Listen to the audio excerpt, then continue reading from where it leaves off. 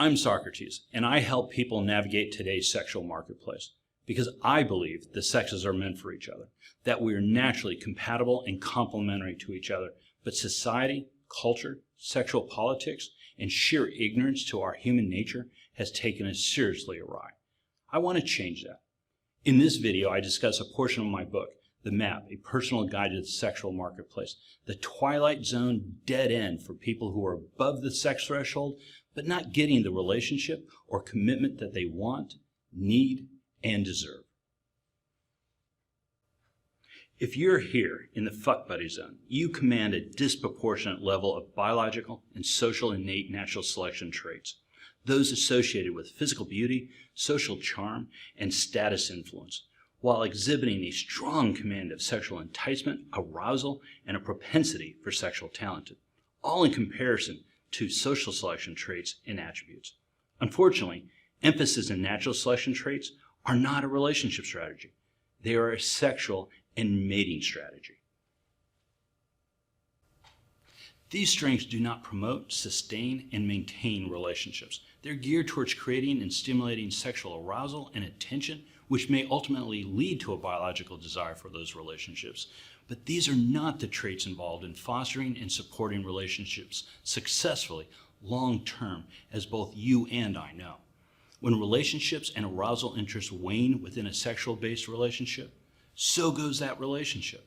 As such, your relationship life is devoid of any meaningful, stable, long-term, and fulfilling relationships because simply your skill sets are not prepared for them.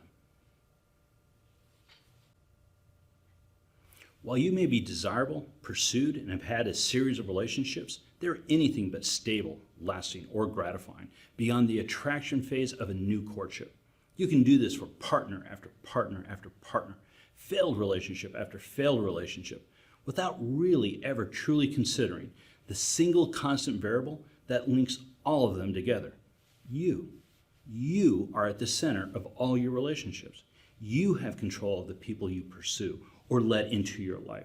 Only you have control of your behaviors as you navigate and manage your relationships as you see fit.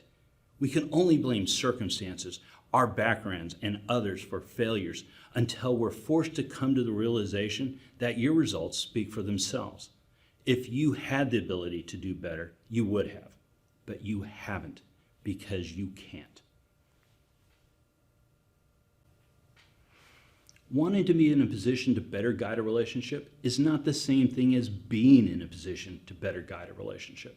The most obvious starting point is to look at the root sources of your conflicts and relationship failures. Each conflict within a relationship is signaling a tension between values within it, and each relationship failure points directly towards a structural fault, leading to its ultimate collapse. Despite all these pleas for help, attention, and redress, you have avoided the yeoman's work of resolving them, of modifying your behavior, or choosing better options that would be partners to prevent them in the first place. Nature, coupled with time, is kind to no one. Never be lost in the sexual marketplace again.